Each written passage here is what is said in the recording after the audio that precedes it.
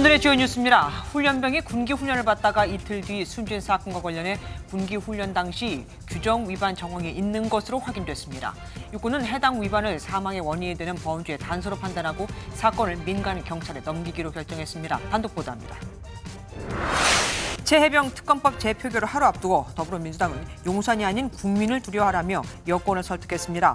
국민의힘 지도부는 더 이상의 이탈표는 없을 것이라 전망했지만 찬성표를 던지겠다는 의원이 오늘 추가로 나왔습니다. 한일 중 3국 정상이 한반도 평화와 안정을 유지하는 게 공동의 이익이자 책임이라고 공동선언을 발표했습니다. 다만 북한 비핵화에 대해선 중국이 관련국의 자제를 촉구하며 온도차를 보였습니다. 정부가 전세 사기 물건을 경매로 매각한 뒤 그 돈으로 피해자를 지원하는 방안을 내놨습니다. 하지만 민주당은 내일 선구제 후회수 방침을 담은 전세 사기 특별법 개정안을 강행 처리할 예정입니다.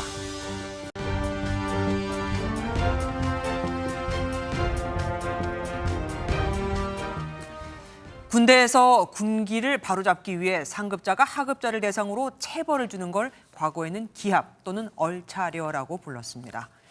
하지만 자칫 가혹 행위로 이어질 수 있기에 지난 2020년 군은 기합 대신 군기 훈련이라는 제도를 도입했죠. 부작용을 막기 위해 법률에 군기 훈련 대상과 실시 요령 등을 자세히 규정한 건데 소용이 없었던 걸까요? 입대한 지 열흘밖에 안 된 훈련병이 군기 훈련 도중 쓰러져 숨지는 일이 발생했습니다. 완전 군장을 한 채 뛰었고 이 상태로 팔굽혀펴기까지 했다고 합니다. MBN 취재 결과 군은 이번 사건을 경찰에 이첩하기로 결정한 것으로 확인됐습니다.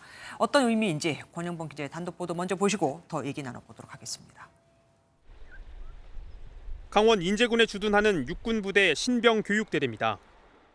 지난 13일 입대한 훈련병은 지난 23일 오후 군기 훈련 도중 쓰러졌습니다. 민간 병원으로 후송돼 치료를 받던 훈련병은 상태가 나빠져 이틀 만에 숨졌습니다. 당시 훈련병 6명은 부대 연병장에서 동시에 군기 훈련을 받고 있었습니다. 이 가운데 숨진 훈련병은 완전 군장을 한 채 뛰다가 쓰러졌고 군장을 한 채 팔굽혀펴기까지 한 것으로 전해졌습니다. 이에 대해 육군 관계자는 규정에 부합되지 않는 정황이 있다면서 조사 초기 단계라고 밝혔습니다. 육군은 본격적인 조사에 들어간 당일인 오늘 사건을 민간 경찰에 이첩하기로 결정한 것으로 MBN 취재 결과 확인됐습니다. 개정된 군 형법에 따르면 군대 안에서 발생한 사망 사고가 범죄와 관련된 경우 민간 경찰에서 수사를 맡게 됩니다. 사고 원인과 경위 등에 대해서 면밀하게 조사를 진행하고 있습니다. 필요한 후속 조치를 진행해 나갈 예정입니다. 육군은 훈련병의 순직과 진급 추서를 결정한 뒤 부검을 진행했고 유가족 측과 장례 일정을 논의할 계획입니다. MBN 뉴스 권용범입니다.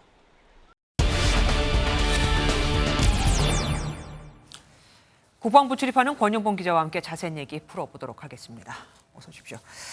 우선 군기 훈련에 대해서 다시 한번 좀 설명을 해주실까요? 네, 혹시 학교 다닐 때 이 얼차려, 기합 같은 거 받아보셨나요?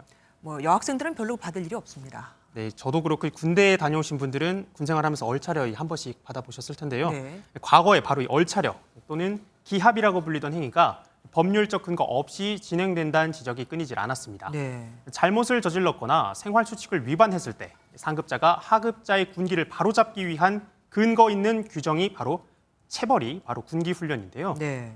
이번 사건도 상급자인 중대장 등이 하급자인 훈련병에게 군기 훈련을 시킨 상황이었습니다.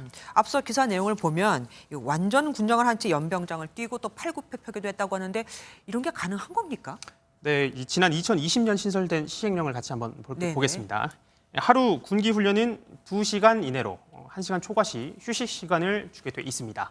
특히 완전 군장을 하면 걷게만 가능하고 뛰게 하거나 팔굽혀펴기 등을 시키는 건 못하게 돼 있습니다. 군장을 착용하지 않았다면 앉았다 일어서기, 팔굽혀펴기 등도 시킬 수가 있는데요. 네. 그래서 완전 군장을 하고 구보를 시키고 팔굽혀펴기까지 시킨 것이 규정을 어긴 것 아니냐는 의혹으로 이어진 겁니다. 최해병 사건에서 그랬지만 먼저 군에서 조사를 하고 그다음에 경찰로 넘기잖아요. 그런데 이거는 조사 착수 당일에 이례적으로 사건을 경찰에 넘기기로 한 겁니다. 네, 그렇습니다. 일단 육군은 규정에 부합되지 않는다고 해서 가혹행위로 판단하기는 현 시점에서 좀 이르다 이런 입장입니다. 네. 하지만 조사 당일에 민간 경찰 이첩 결정을 내린 건 상당히 이례적인데요. 군대에서 발생한 사망 사고에서 범죄의 혐의점이 발견되면 즉시 민간 경찰로 넘겨야 하죠. 군사경찰이 규정 위반을 사망의 원인이 되는 범죄 단서로 빠르게 판단해 이첩 결정을 내린 것으로 보입니다. 이 숨진 훈련병에 대한 부검이 진행되고 있다고 하던데 그 결과는 언제쯤 나옵니까? 네, 일단 오늘 부검 절차는 좀 끝난 것으로 전해지는데요. 통상적으로 일주일에서 2주일 정도면 보고서 결과가 나온다고 합니다. 다만 조직 검사 등을 추가로 더 한다면 최대 한 달까지도 걸릴 수 있습니다. 권용범 기자의 보도에 따르면은 왜 이렇게 얼차를 하는 걸 주는지는 아직 밝혀지지 않았지만 어쨌든 죽을 만큼 잘못한 죄는 아니었을 겁니다. 지금까지 권용범 기자와 함께했습니다. 고맙습니다. 그러고 보니 이번에도 군대 관련 소식이네요. 내일 열릴 21대 국회 마지막 본회의에서는 대통령이 거부권을 행사한 최해병 특검법 재표결이 이루어집니다. 더불어민주당은 진실을 밝히는 건 진영의 문제가 아니라 양심의 문제라며 국민의힘 의원들에게 결단을 공개적으로 촉구했습니다. 국민의힘 지도부엔 표 단속이 곧 표틀막이라고 비판했죠. 장명훈 기자가 보도합니다. 역사가 국민의힘 의원님들의 선택을 기억할 것입니다. 용산이 아니라 국민을 두려워해야 합니다. 국민의힘 의원들을 설득하려고 민주당이 꺼내든 건 민심과 양심입니다. 진실을 밝히는 건 진영의 문제가 아니라 헌법과 양심에 따른 결단이라며 국민의힘의 표단속을 비판했습니다. 매우 부적절한 수사 방해이자 표틀막입니다.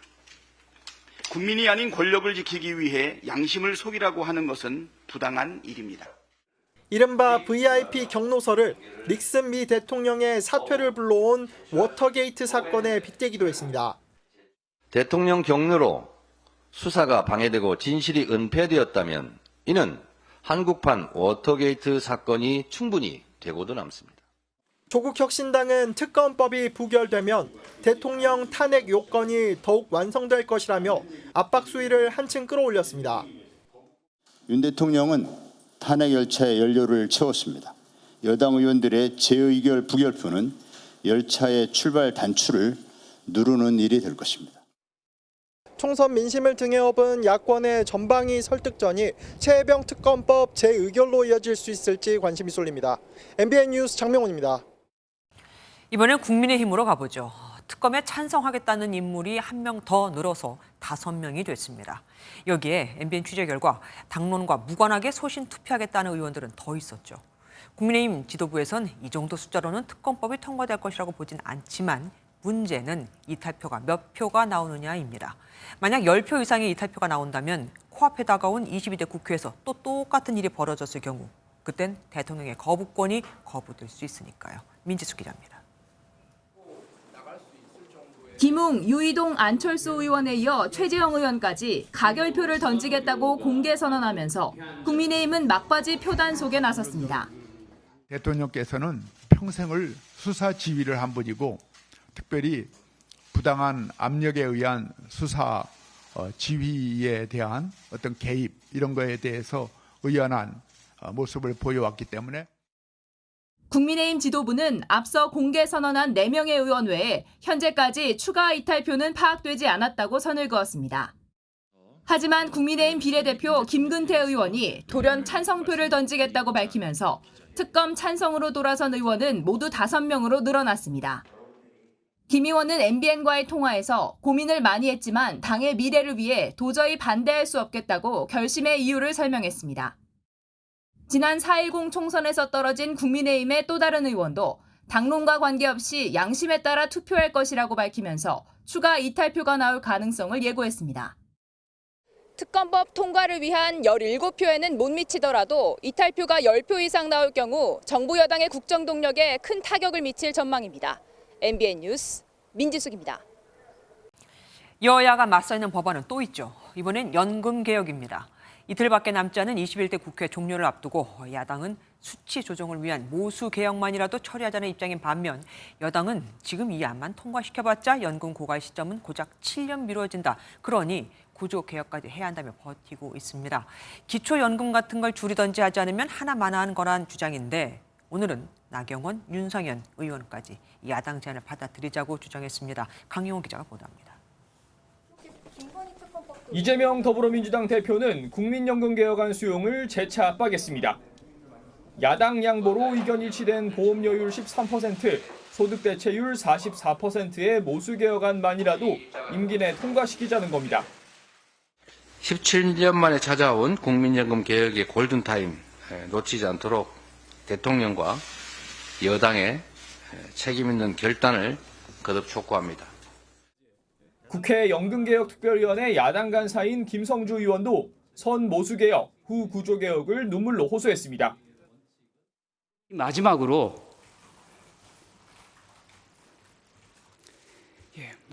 꼭 하고 마치고 싶습니다. 국민의힘은 기존 입장을 고수했습니다. 기초연금 등 타 연금제도와 연계한 구조개혁 없이 모수개혁만 통과시키는 건 불가하다는 겁니다. 세대 간의 갈등과 여러 가지 우려되는 것이 있기 때문에 조금 시간이 걸리더라도 두 개혁을 한 뭉터리로 해야 한다라는 것이 저희 입장이고, 안철수 의원이나 유승민 전 의원과 같은 당권주자들도 지도부 목소리에 힘을 싣는 상황에서 김진표 국회의장 주재로 양당 원내대표가 만났지만 아무런 소득도 없었습니다. 다만 이재명 대표의 소득 대체율 44%한 수용을 속임수라 비판했던 나경원 당선인이 모수개혁안 처리에 긍정 의사를 밝히는 등 여당 내부 일부 변화 움직임도 감지됩니다. MBN 뉴스 강영호입니다. 국민의힘 전당대회 선거를 책임질 선거관리위원장에 중진 서병수 의원이 임명되면서 전대 시기와 룰 관련 논의가 이제 본격 시작됩니다.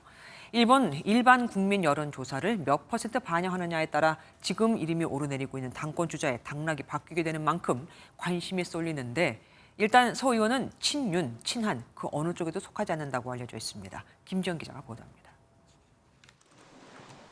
국민의힘의 전당대회 선거관리 책임자로 5선의 중진 서병수 의원이 임명됐습니다. 친윤 중심 비대위라는 비판을 받았던 만큼 친윤과 친한 어느 쪽에도 속하지 않는 인물로 공정성 확보에 나섰다는 분석입니다. 엄정한 중립의 입장에 있기 때문에 공정한 그런 관리가 되도록 하겠다는 것이고요. 변화를 담보할 수 있는 전당대회가 되도록 하겠다 하는 입장입니다. 황우여 비대위원장은 지체 없는 전당대회 개최를 강조했습니다. 창당 이상의 개혁을, 쇄신을 도모하고 있기 때문에 우리 위원장님께서 잘 이끌어 주셨으면 하고, 또 위원장님과 협의하여 나머지 전당대회 일정을 조속히 매듭을 짓겠습니다. 조만간 선관위 구성이 완료되면 전당대회 시기와 룰 개정 논의가 본격적으로 시작됩니다. 전당대회 준비에 최소 한 달, 길게는 60일이 소요되는 만큼 7월 말 개최 가능성도 나옵니다. 비대위 관계자는 7월 말 8월 중순 사이 공감대는 형성됐다며 당 안정을 위한 조속한 개최에 초점을 맞추고 있다고 말했습니다. 최대 쟁점인 전당대회 룰은 당심 100% 룰 변경에 무게가 실린 가운데 민심 반영 비율이 핵심이 될 것으로 알려졌습니다. 원외 모임 천목회가 주장한 민심 50% 가능성은 작지만 20에서 30% 수준에서 논의가 이루어질 것이란 관측입니다. MBN 뉴스 김지영입니다. 국민의힘에선 총선 참패 원인을 돌아보는 백서 작업을 놓고도 갑론을박이 계속되고 있습니다. 핵심은 한동훈 전 비대위원장 책임론인데, 백서 특위가 한 전 위원장 면담을 추진하자 친한계에선 백서팀이 특검팀이냐는 반대 목소리가 나왔고, 나경원 당선인은 무조건 특정인은 책임이 없다고 하는 것도 문제라며 견제구를 날렸습니다. 이호정 기자입니다. 한동훈 전 위원장을 면담하겠다는 백서특위 방침에 지난 총선 당시 사무총장을 지낸 장동혁 의원이 부적절하다는 입장을 밝혔습니다. 장 의원은 백서팀이 특검은 아니지 않느냐며 정치적 책임을 지고 물러난 당대표를 면담한 적이 있는지 잘 모르겠다고 했습니다.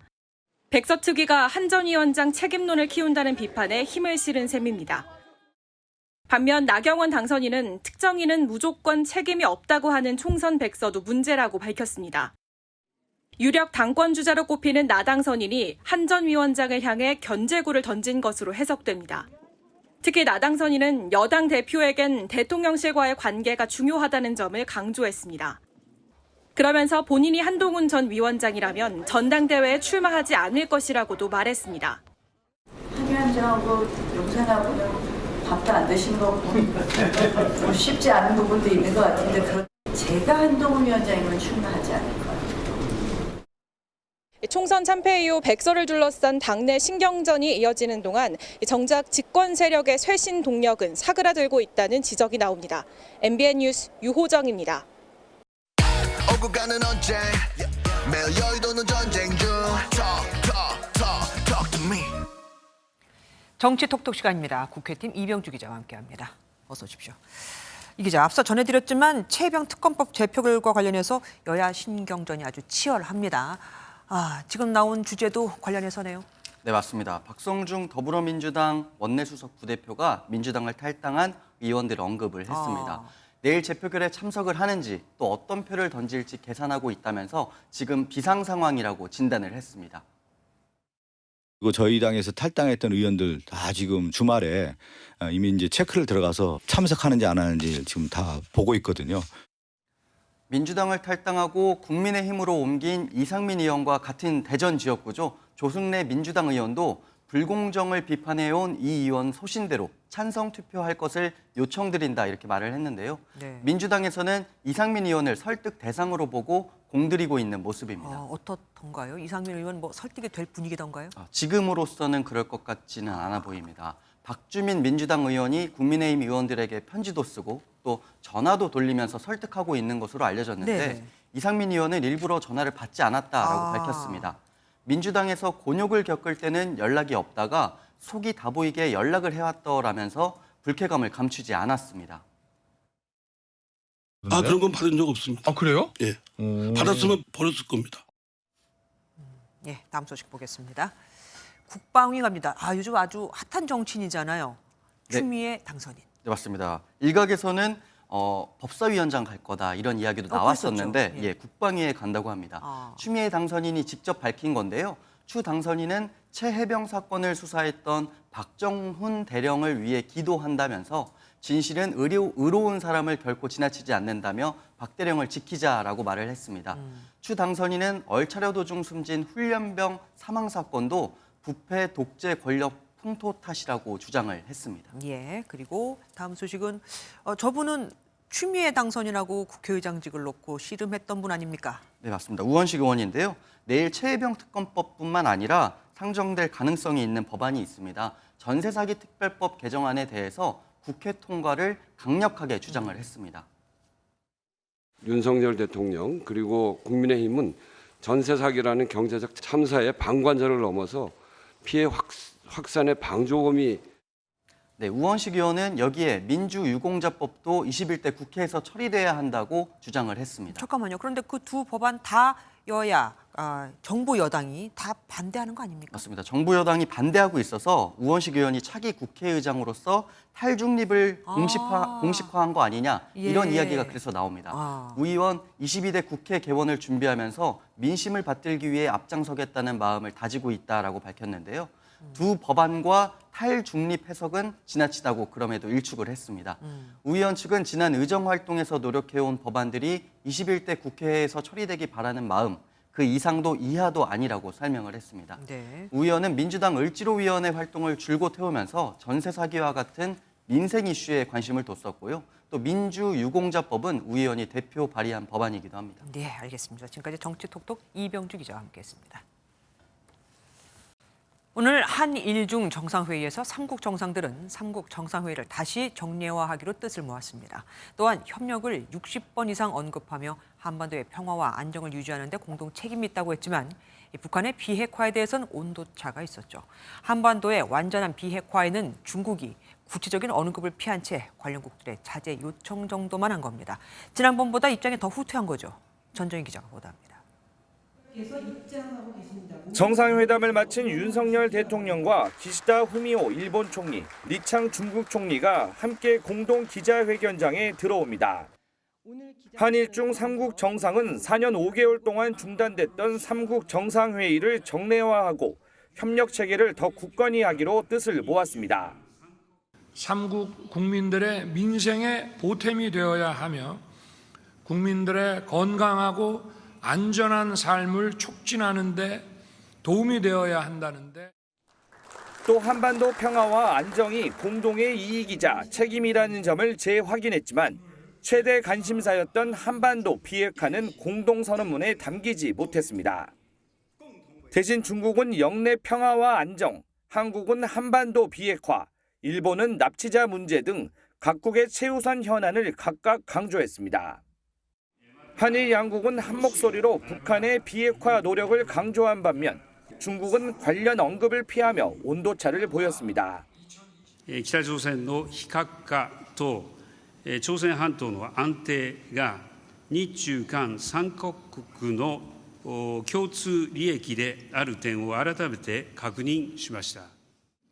我们也希望相关方保持克制，防止事态进一步复杂化。 대통령실은 북핵과 탈북민 문제에 대한 윤 대통령의 협조 요청에 리창 총리가 한국 측의 우려를 잘 알고 있다며 계속 소통해 나가자고 답했다고 전했습니다. MBN 뉴스 전정인입니다. 이렇게 한일 중 세 정상이 북한 관련 문제로 머리를 맞대고 있는 이때 북한이 이르면 오늘 늦어도 다음 달 4일 자정 전까지 인공위성을 실은 로켓을 발사하겠다고 일본에 통보했습니다. 정상회의에 찬물이라도 끼얹듯 기습적으로 도발 스케줄을 발표한 겁니다. 윤석열 대통령과 기시다 일본 총리는 유엔 안보리 결의 위반이라며 중단을 촉구했지만 중국 리창 총리는 이에 대해서도 직접적인 언급을 피했습니다. 김세희 기자입니다. 오늘 새벽 북한이 두 번째 군사정찰 위성을 다음 달 4일 자정 전까지 발사하게 했다고 일본 정부에 통보했습니다. 국제해사기구는 항행 안전에 영향을 미치는 군사연습 등을 할 경우 이를 사전에 통보하도록 하고 있습니다. 한국과 북한이 속한 지역은 일본이 항행구역 조정국이어서 북한이 통보를 하면 일본 해상보안청이 통보를 받아 선박에 항행 경보를 내리게 됩니다. 지난해 북한이 세 차례 발사한 정찰위성은 예고기간 첫날 발사한 경우가 많아 이번에도 예고기간 첫날인 오늘 또는 내일 새벽 발사할 가능성이 높다는 분석이 나옵니다. 이제 기상에 상당 부분 달려 있다고 보고요. 지금 지정된 날짜 안에서 가장 최적의 시간에 발사하지 않을까 생각을 합니다. 한일중 정상회담 직전 북한의 기습적인 위성 발사 통보에 한일 정상은 중단을 강력히 규탄했습니다. 탄도미사일 기술을 사용한 모든 발사는 유엔 안보리 결의를 정면으로 위반하며 국제사회는 이에 대해 단호히 대응해야 한다. 군 당국은 북한의 위성 발사 예고에 대응해 무력 경고에 나섰습니다. 합동참모본부는 오후 1시부터 전방 중부 지역 비행금지선 이남에서 공군 F-35A 등 전투기 약 20대가 공격 편대군 비행 훈련과 타격 훈련을 벌였다고 밝혔습니다. MBN 뉴스 김세희입니다. 음주 뺑소니 혐의로 구속된 유명 트롯 가수 김호중 씨에 대해 거짓말 탐지기를 쓸 것이란 말이 있었는데 아니었습니다. 경찰이 음주 증거가 확실해서 거짓말 탐지 조사는 검토하지 않는다며 자신감을 드러낸 겁니다. 김 씨의 소속사는 임직원 전원 퇴사와 대표이사직 변경을 결정했다며 사과문을 내놨습니다. 김순철 기자입니다. 지난 24일 김호중 씨를 구속한 경찰은 검찰에 사건을 넘기기 전 혐의 입증에 주력하고 있습니다. 우종수 경찰청 국가수사본부장은 기자간담회에서 객관적 증거가 있고 참고인 조사를 충분히 했기 때문에 거짓말 탐지 조사는 검토하고 있지 않다고 설명했습니다. MBN 취재 결과 지난 10일 경찰은 김 씨를 대신해 거짓 자수했던 매니저의 휴대전화를 임의 제출 형식으로 압수했는데 당시 자동 녹음 기능이 활성화됐던 것으로 알려졌습니다. 이후 포렌식을 거쳐 사건 전후 해당 매니저와 김 씨의 대화 등 다수의 녹음 파일을 확보한 것으로 전해졌습니다. 김 씨가 세대의 아이폰 비밀번호를 제출하지 않고 버티는 사이 경찰은 우회로를 통해 물증을 확보하는 등 신속한 대응에 나섰던 겁니다. 우 본부장은 특히 정상적인 운전이 어려운 상태에서 차량을 몰아 사람을 다치게 할 때 적용하는 특가법상 위험운전치상 혐의를 입증할 수 있다고 설명했습니다. 위험운전치상은 최대 15년 이하의 징역이나 3천만 원 이하의 벌금에 처하게 되는데 최대 5년 이하의 징역이나 2천만 원 이하 벌금을 물리는 음주운전 혐의보다 형량이 셉니다.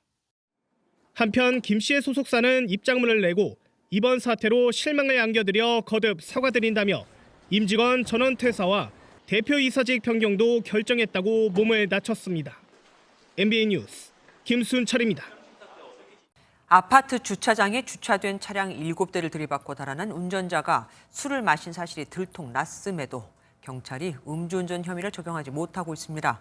사고 직후 도망친 운전자가 38시간이 지난 이후에야 경찰서에 나타났기 때문입니다. 어디서 많이 들어본 수법이죠. 김영현 기자가 보도합니다.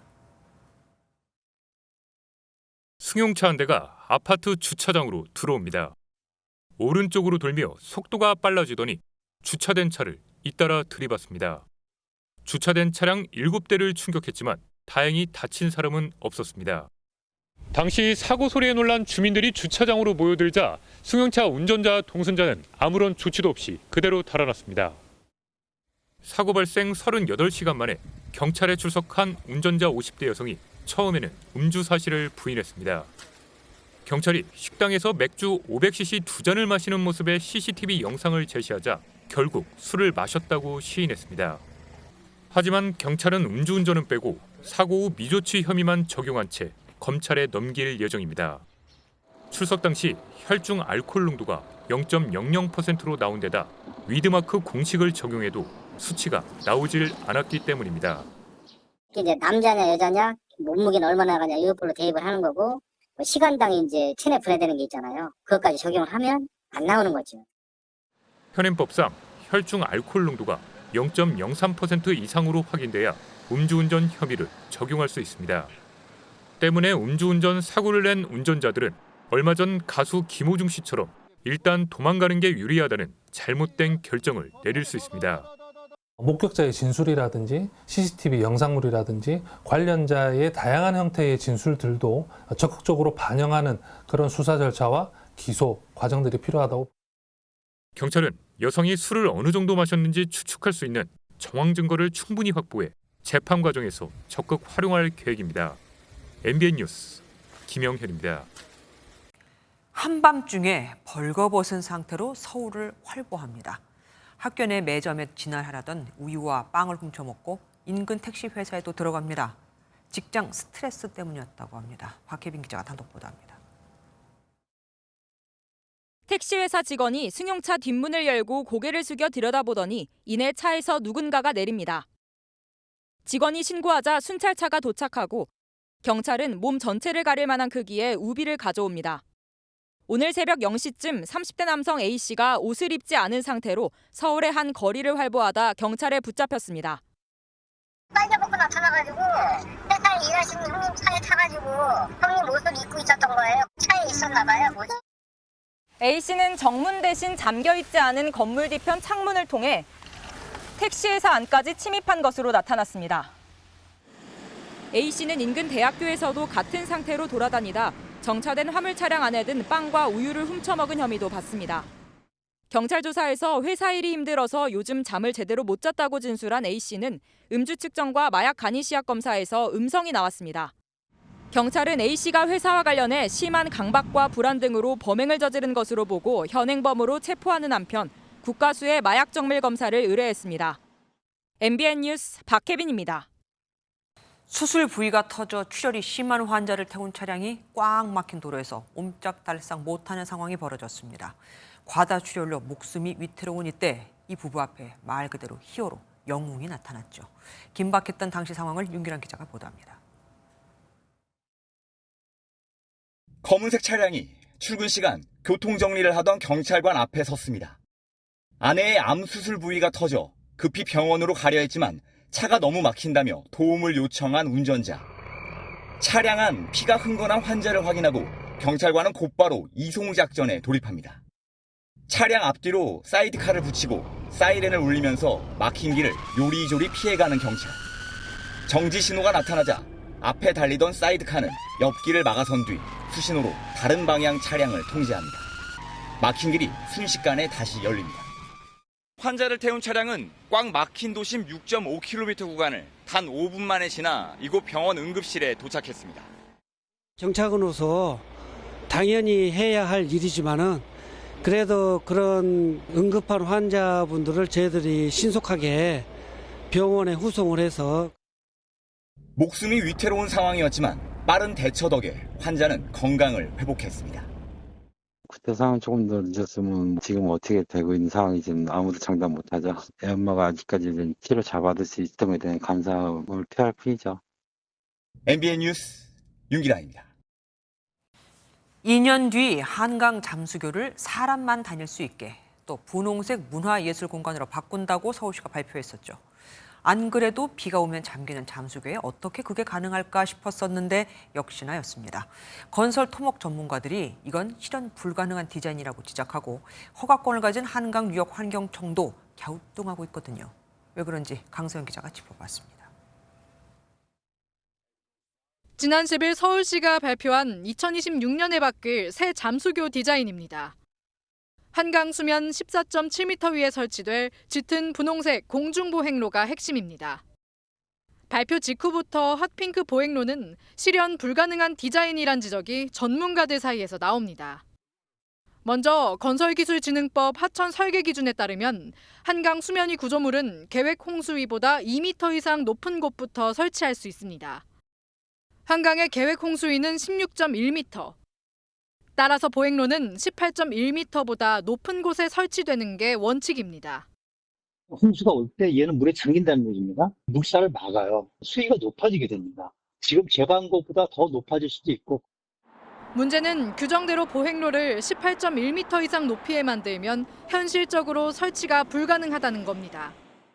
잠수교 위에 있는 반포대교 하단까지 가장 높이 차이가 큰 곳이 19.8m에 불과합니다. 결국 남은 1.7m 공간에 보행로 데크를 설치하면 성인 남성 평균 키에도 미치지 못해 걸어 다닐 수가 없습니다. 잠수교의 최고 홍수위인 14m 지점을 나타내는 막대바입니다. 데크는 여기서 최소 4m 위에 설치해야 하는데 한눈에 봐도 공간이 부족해 보입니다. 설치 허가권을 가진 한강유역환경청도 부정적인 뜻을 분명히 했습니다.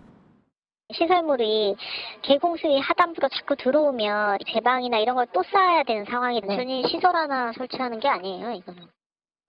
서울시는 아이디어 차원의 디자인이었을 뿐이라며 전문가와 최종 설계 방향을 협의하고 있다고 밝혔습니다. 서울시는 공모전 상금에만 5억 원을 이미 지출했습니다. MBN 뉴스 강서영입니다. 난기류로 또 비행기가 급 하강하면서 승객들이 다치는 사고가 발생했습니다. 이번엔 카타르 항공이었는데 이 항공사 비행기에선 지난 5일에도 난기류에 휘말린 적이 있습니다. 주진희 기자가 보도합니다. 카타르 도하에서 아일랜드 더블린으로 향하던 카타르 여객기 보잉 7879 드림라이너가 튀르키예 상공에서 강한 난기류를 만났습니다. 여객기가 급강하면서 안전벨트를 매지 않은 승객과 물건들이 공중으로 솟구쳤다고 탑승객들은 당시 상황을 전했습니다. To be honest, I'm still shivering, right? It was for the 10 or 15 seconds and that was the worst 15 seconds of my life. The food was everywhere on the plane. They were like literally flying in the plane because it was so pressure in the plane. 숨진 사람은 없지만 승무원 6명과 승객 6명 등 모두 12명이 부상을 입었습니다. 비행기는 더블린 공항에 도착해 바로 응급 서비스가 제공된 것으로 전해집니다. 카타르 항공은 지난 5일 도하를 출발해 킬리만자로 공항을 향하던 중 난기류로 승객 1명이 부상을 입은 바 있습니다. That happened last week. It was there in your mind. It was so scary at the time. You just don't know, is this it or not? But the staff were amazing. 불과 닷새 전인 지난 21일 싱가포르 항공이 1명이 숨지고 85명이 다치는 등 난기류 사건 사고가 이어지고 있습니다. MBN 뉴스 주진입니다.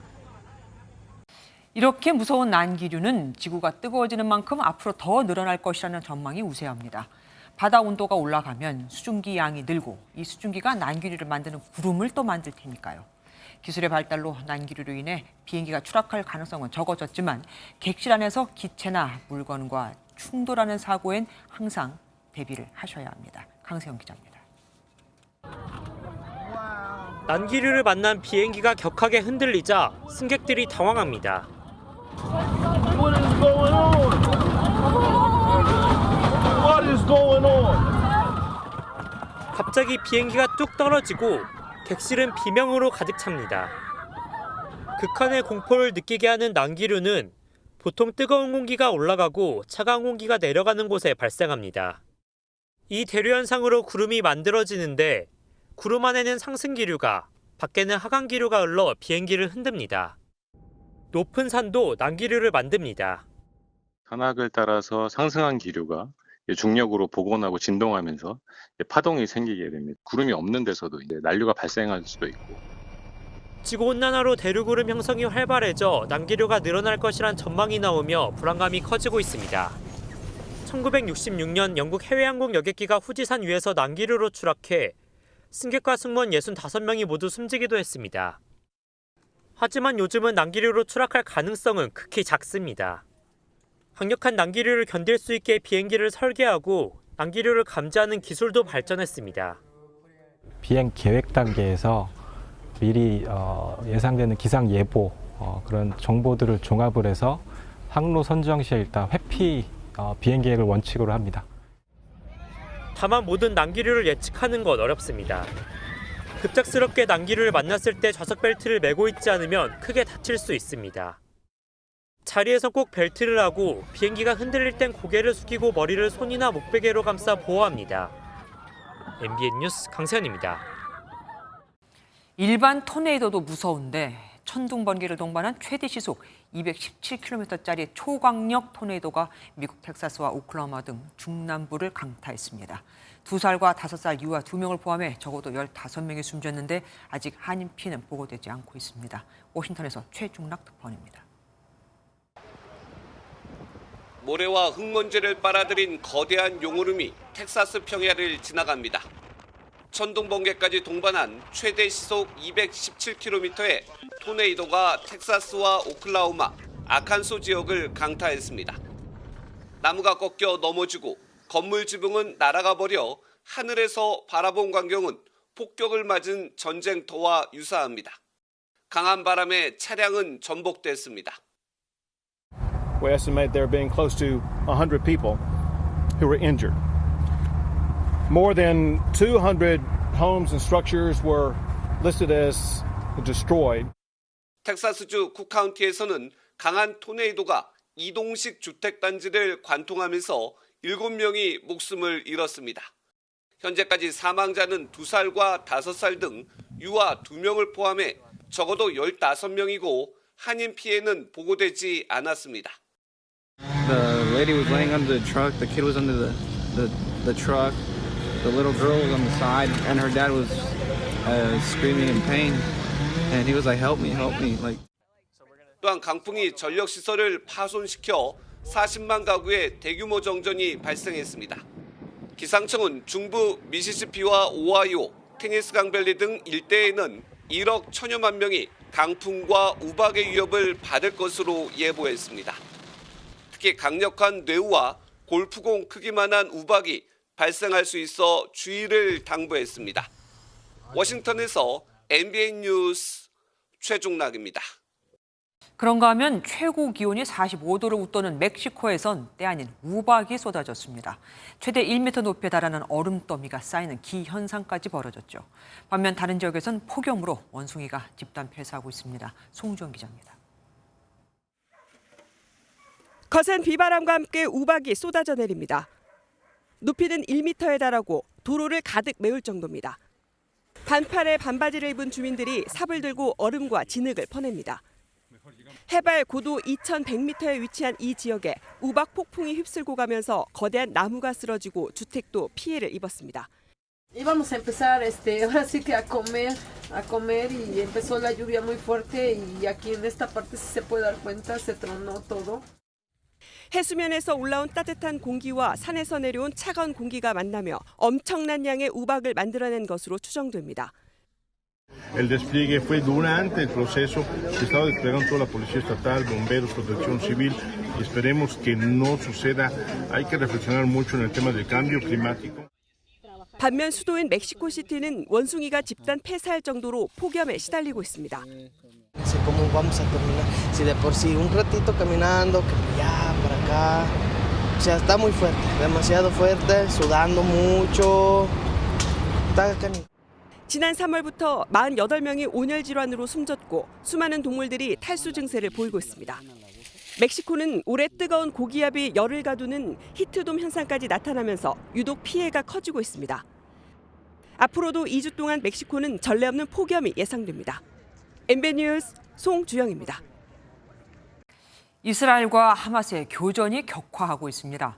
하마스는 6개월 만에 이스라엘의 로켓을 무더기로 발사했고 이스라엘은 라파 지역의 난민촌을 폭격했는데 하필 이스라엘군이 스스로 인도주의 구역이라고 지정한 곳이었습니다. 게다가 유엔 최고법원은 불과 이틀 전 이스라엘의 공격 중단을 명령하기도 했었죠. 이교욱 기자가 보도합니다. 가자지구 남부 라파에 조성된 난민보호구역이 불에 탑니다. 주변은 삽시간에 생지옥으로 변했고 맨손으로 구조활동이 이루어지지만 역부족입니다. 목숨을 건진 아이들은 병원으로 이송됐지만 치료가 제대로 이루어지지 않고 있습니다. فجأة اللي سمعنا صوت صاروخ جينا هنا نجري لقينا الشارع طيقة مش شايفين ولا حاجة المهم كيف ما تعرف دخلنا 이스라엘이 하마스의 최후 보루이자 난민들이 밀집해 있는 라파 남부를 폭격해 최소 35명이 숨졌습니다.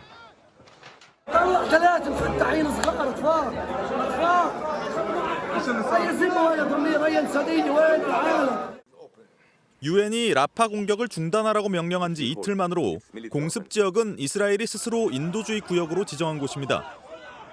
이보다 몇 시간 전에는 하마스가 텔아비브 등 이스라엘 본토를 겨냥해 중장거리 로켓 10여 발을 발사했습니다.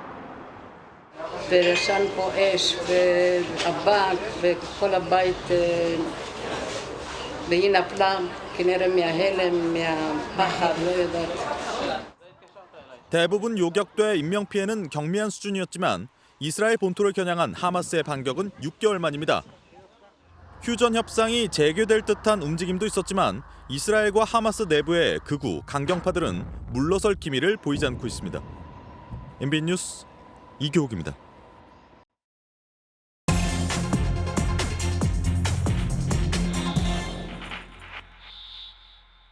경제기자 M 이승민입니다.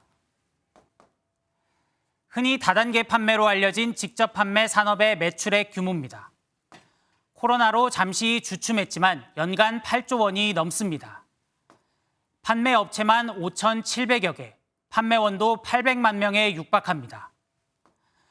과거 판매 사기 등으로 부정적 이미지가 컸지만 지금은 중소제조업체들의 중요한 판로이자 경력 단절 여성들의 일자리 기회를 제공하고 있습니다. 하지만 여기도 오래된 규제로 제약을 받고 있다는 주장이 나옵니다. 건강기능식품과 생필품을 주로 파는 직접 판매 업체입니다. 헬스케어 부문 사업 확장을 추진했지만 난관에 부딪혔습니다. 최신 기술이 접목된 제품들은 300만 원이 넘는데 현행 규제상 160만 원을 초과하는 제품은 직접 판매를 할 수 없기 때문입니다. 혁신적인 아이디어나 기술을 제품화, 상품화하지 못하기 때문에 소비자분들 입장에서도 선택의 폭이 그만큼 좀 제한되는 결과가 공제조합 가입이 의무화되고 보상 규정도 강화돼 피해 건수 자체가 크게 줄었지만 규제는 그대로입니다. 소비자의 경우에는 600만 원까지, 판매원의 경우에는 3개월 기간 동안 1,500만 원까지 보상을 하고 있고요. 직접 판매 가격 규제는 1995년 처음 100만 원에서 130만 원, 그리고 2012년 160만 원으로 오른 뒤 그대로 멈춰 있습니다. 최근 200만 원까지 상향하는 개정안이 입법 예고됐지만 업계는 지난 12년간 물가 상승과 오른 국민소득에 비해 여전히 낮은 수준이라고 주장합니다. 공정위는 사행성과 사기 가능성을 우려해 여전히 엄격한 규제가 필요하다는 입장입니다. 현실을 반영하지 못한 또 다른 규제는 대형마트의 새벽 배송 제한입니다.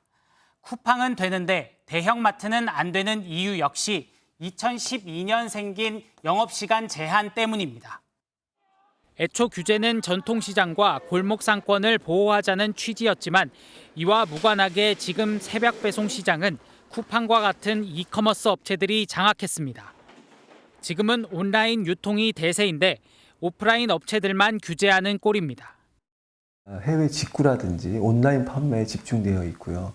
그다음에 우리나라 경제 개방도 엄청나게 과거보다 높아진 상황이기 때문에 과거의 프레임에 갇혀 있는 일부 지자체가 소비자 편익을 고려해 영업시간 제한 해제를 추진 중이지만 대다수 지자체는 눈치만 보고 있습니다. 사실 그 취지가 전통시장 이용하라고 만든 거라면 지금은 좀 시대에 좀 동떨어진 제도이지 않나. 경쟁을 통한 소비자 편익 증대는 거스를 수 없는 추세입니다. 최근 해외 직구 KC 인증 논란처럼 현실과 동떨어진 규제는 경쟁을 위축시키고 소비자 편익도 감소시킵니다. 정부 규제의 실효성과 타당성을 면밀하게 검토할 필요가 있습니다. 지금까지 경제기자 M이었습니다. 국민소득 5만 달러, 인구 5천만, 세계 5대 강국을 향한 MBN 555 기획 이어가 드립니다. 5천만 국민 5명 중 1명 가까이가 65세 이상인 요즘 이들은 어디에서 뭘 하며 지낼까요? 주로 공원이나 도서관, 지하철역에 있는 경우가 많은데 왜 경로당 같은 곳은 가지 않는 걸까요? 70대만 해도 막내 취급을 받아 물 나르고 라면 끓이는 등 심부름해야 한다고 합니다. 일자리 찾기는 더 힘들고요. 장동건 기자가 취재했습니다. 공원 한편에 놓인 장기판 주변으로 노인들이 삼삼오오 모입니다. 적적한 하루를 보낼 곳이 딱히 떠오르지 않다 보니 매일같이 이곳에 출근 도장을 찍습니다. 4, 5일 나와요. 동네 경로당 나이가 어려서 아직 안 되죠. 75 정도 되면은 가봤자 맨날 뭐 라면 끓이거나 커피 물 타오라 그러는. 지하철 역사 안의 계단과 찬 바닥이 편할 리 없지만 되는 대로 앉아 시간을 보내는 어르신도 적지 않습니다. 일본에 놀다 가느라고. 나는 말동무 유일하게 이 사람 하나거든요. 연륜을 살려 뭐든 하고 싶어도 길을 찾기 쉽지 않습니다. 노인 취업센터, 알선센터에 등록을 했어요. 나이가 많다고 건강관리나 잘 하십시오. 이제 그런 저기를 하더라고요. 그래서 하면은 좀 서글픈 생각 들고. 이곳은 서울 동대문구의 한 공원입니다. 근처에 시장과 도서관이 있어서 시간을 보내는 노인분들을 쉽게 찾아볼 수 있습니다. 객사지감이지요. 월남도 갔다 오고 뭐 여기는 뭐 사우디도 갔다 오고 우리 덕에도 좀 잘 먹고 사는 거다 그런 느낌이 있어요. 바쁘게 살다 보니 어느새 뭘 해야 할지 모르는 처지가 되는 건 이미 나이 든 이들만의 문제가 아닙니다. 공원에서 그냥 앉아 계시는 것밖에 할 수가 없으니까 어느덧 불어도 딱 40, 뭐 이렇게 50, 60 될 수 있다고 저도 생각을 하거든요. 퇴직하게 되면 목표가 없어지는 거니까 갑자기 또 하루가 뻥 비게 되고 그럼 또 상실감도 들 것 같고. 더 늦기 전에 전 세대를 아우르는 프로그램과 인프라가 구축돼야 한다는 지적이 나오는 이유입니다. 전반적으로 구조를 고령 친화적인 환경으로 노인들만을 위한 어떤 기관, 시설, 여가 활동을 만드는 것보다도 세대 통합적인 여가 활동을 하는 게 필요하다.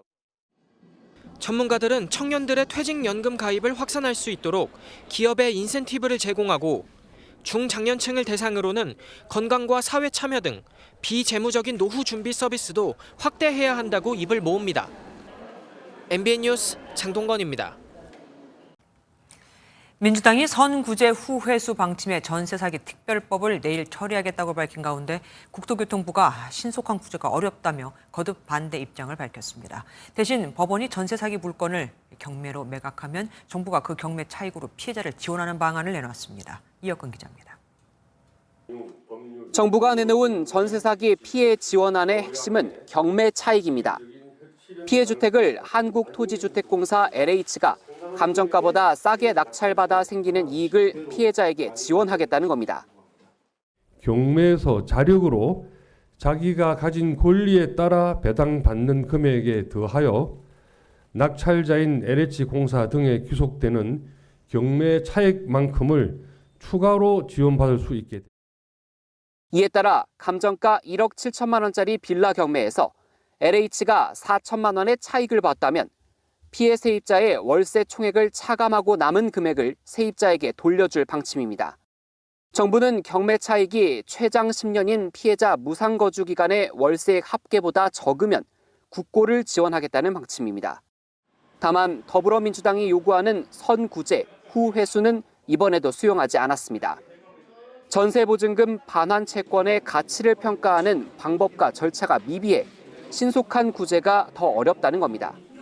민주당은 피해자들과의 간담회 자리에서 특별법 개정안 처리 의사를 다시 한번 내비쳤습니다. 정말 우려가 되고 있어서 진짜 말씀을 드리는데요. 이 전세사기 특별법 혹여나 거부권 행사하려고 하신다면 생각을 좀 버려주셨으면 좋겠습니다. 개정안이 통과되면 대통령이 거부권을 행사할 것이란 전망이 우세해 전세사기 특별법 처리를 놓고 정부와 야당의 갈등은 불가피할 전망입니다. MBN 뉴스 이혁근입니다. 스스로 운전하는 자율주행 버스를 도입하는 지자체가 점점 늘고 있죠. 운전자가 거의 손을 대지 않아도 되는 건 물론 버스가 버스 전용 차로가 아닌 일반 차로에서도 안전을 지키며 운행하는 시대가 찾아왔습니다. 정예린 기자가 타보았습니다. 보행자가 모두 길을 건너자 우회전을 하려던 버스. 급하게 건너려는 사람이 등장하자 즉시 멈춰섭니다. 운전자가 아닌 자율주행 버스가 스스로 판단한 겁니다. 다른 차를 피하는 차선 변경도 무척이나 자연스럽습니다. 제가 탄 20분 동안 운전자의 개입은 단 한순간도 없었는데요.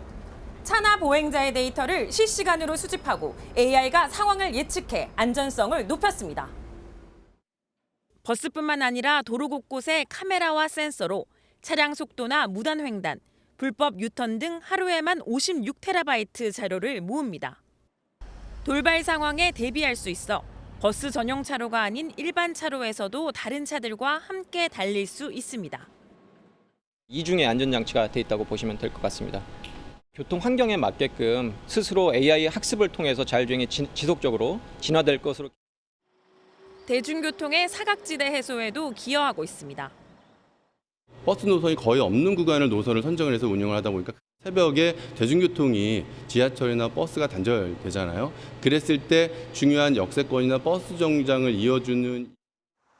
앞서 서울시는 심야 자율주행 버스를, 세종시는 오송간 간선 급행버스를 도입하며 관련 기술도 나날이 발전하고 있습니다.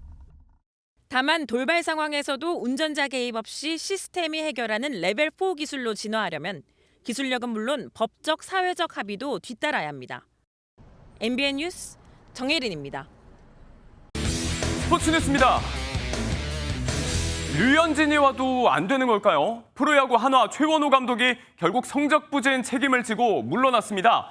이기는 야구를 하겠다며 최 감독을 영입한 구단 대표이사도 동반 퇴진했는데요. 4번 연속 사령탑이 시즌 도중 물러나게 된 한화의 감독 잔혹사 신영빈 기자가 전합니다.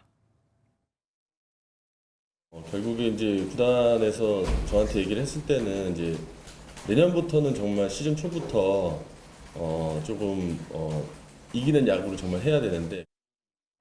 이기는 야구를 위해 한화가 선택한 최원호 감독이 스스로 물러났습니다.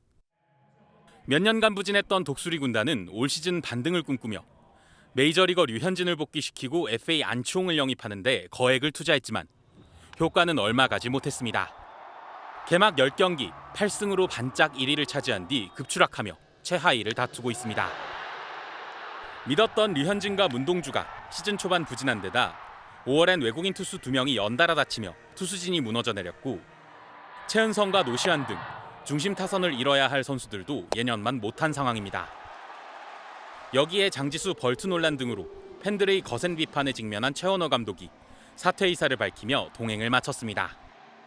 지난 시즌 초반 경질된 수베로 전 감독의 자리를 물려받았던 최 감독은 똑같이 6경기 5승 1패로 반등하던 시점에 물러나는 아쉬움을 남겼고 하나는 4명 연속 사령탑이 시즌 중 중도 하차하는 감독 잔혹사의 주인공이 됐습니다. 감독 공석은 정경배 대행 체제로 메울 예정이며 아직 많은 경기가 남은 만큼 조속한 감독 선임 등 후속 작업에 최선을 다할. 하나는 최 감독에게 지휘봉을 맡긴 박찬혁 구단 대표이사도 함께 책임을 지겠다며 물러났고 외국인 선수 페냐와도 작별하며 대대적인 팀 개편에 나섰습니다. MBN 뉴스 신영빈입니다. 비가 그치고 다시 맑은 하늘이 드러났습니다. 내일은 기온도 다시 올라서 덥겠습니다. 서쪽 지역을 중심으로는 25도를 웃돌겠습니다. 서울이 26도, 광주도 27도까지 오르겠습니다.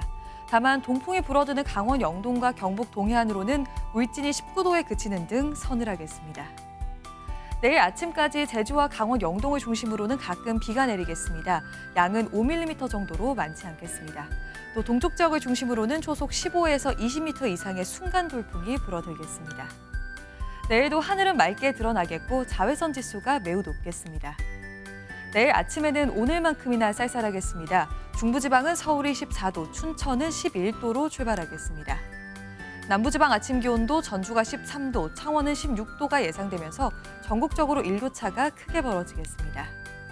당분간 초여름 더위가 이어지다가 주 후반에는 제주와 강원도에 비가 내릴 전망입니다. 내셨습니다.